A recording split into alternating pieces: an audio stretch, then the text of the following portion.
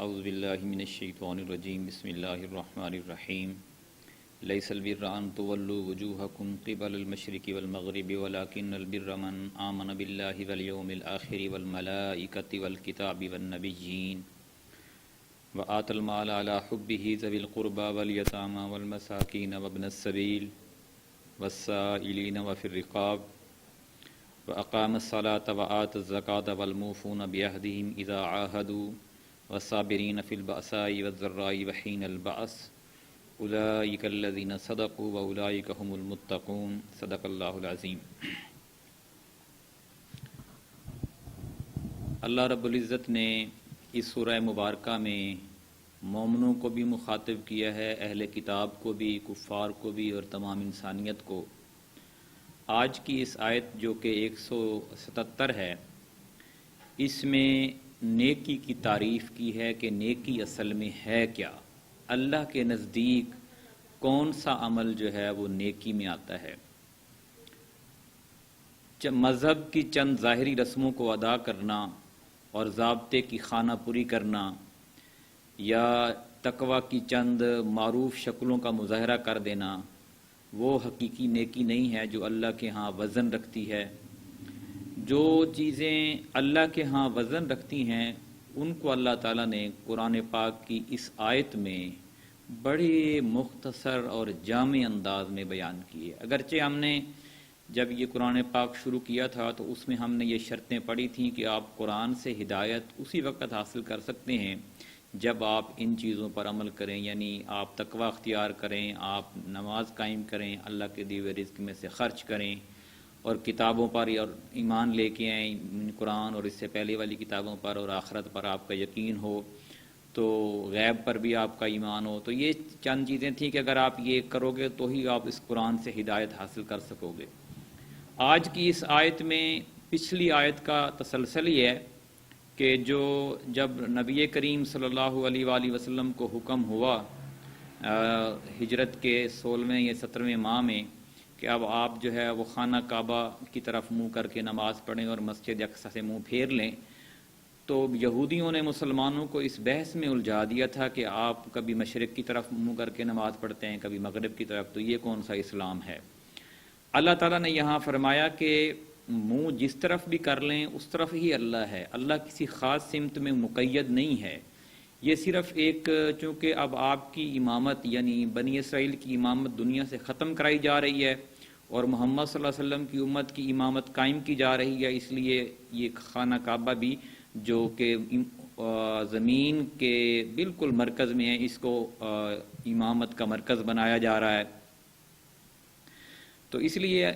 اس آیت میں اللہ تعالیٰ نے مزید اس کو واضح کر کے فرمایا کہ ٹھیک ہے، یہ امامت اس امت کو مل گئی ہے اور خانہ کعبہ اس کا مرکز بن گیا اور مسلمان اب اس طرف منہ کر کے نماز پڑھیں گے، لیکن اس کے باوجود بھی نیکی اصل میں یہ نہیں ہے کہ آپ اب ادھر سے مڑ کے آپ اس طرف منہ کر لیں۔ تو مذہب کی جو چند ظاہری شکلیں ہیں وہ حقیقت میں وہ نیکی نہیں ہے۔ نیکی اصل میں ہے کیا؟ فرمایا نیکی یہ نہیں ہے کہ تم اپنے چہرے مشرق کی طرف کر لو یا مغرب کی طرف، بلکہ نیکی یہ ہے کہ آدمی کو اللہ کو، یوم آخرت کو، ملائکہ کو اور اللہ کی نازل کی ہوئی کتاب اور پیغمبروں کو دل سے ماننا چاہیے۔ یہ پہلی نیکی کی پہلی صفت ہے، یعنی یہ ایک نیکی کی ایک قسم ہے کہ آپ کا ایمان جو ہے وہ اللہ پر، فرشتوں پر، اس کی کتابوں پر اور اس کے نبیوں پر ہونا چاہیے۔ اور دوسری بات یہ ہے کہ اللہ کی محبت میں اپنا دل پسند مال آپ نے خرچ کرنا ہے۔ کن کن میں؟ رشتہ داروں میں، یتیموں میں، مسکینوں میں، مسافروں پر، مدد کے لیے ہاتھ پھیلانے والوں پر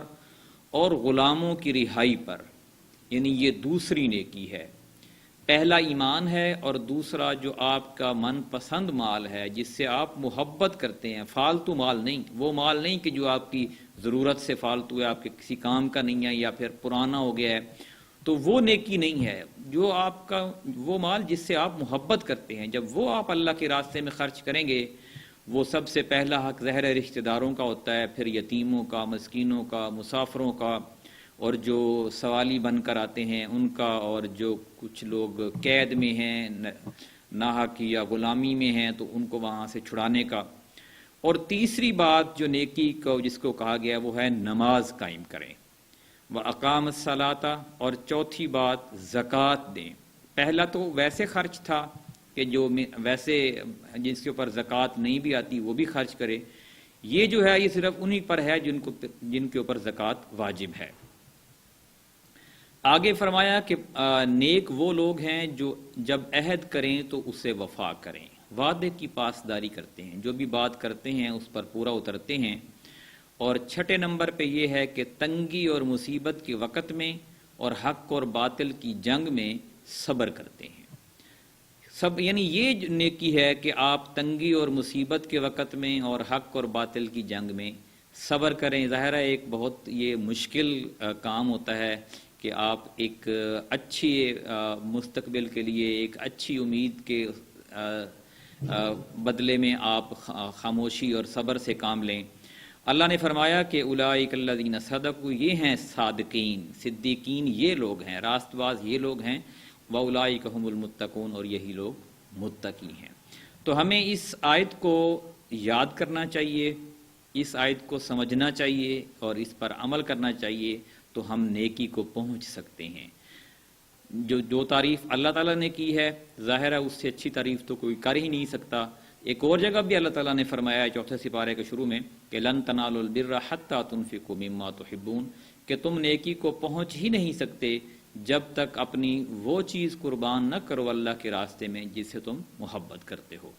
یعنی اپنا مال، اپنی جان، اپنا وقت، اپنی سوچ سب اللہ کے راستے میں قربان کرنے کا نام نیکی ہے۔ اللہ تعالیٰ سے دعا ہے کہ ہمیں ایسی نیکی کرنے کی توفیق عطا فرمائے۔ جزاک اللہ۔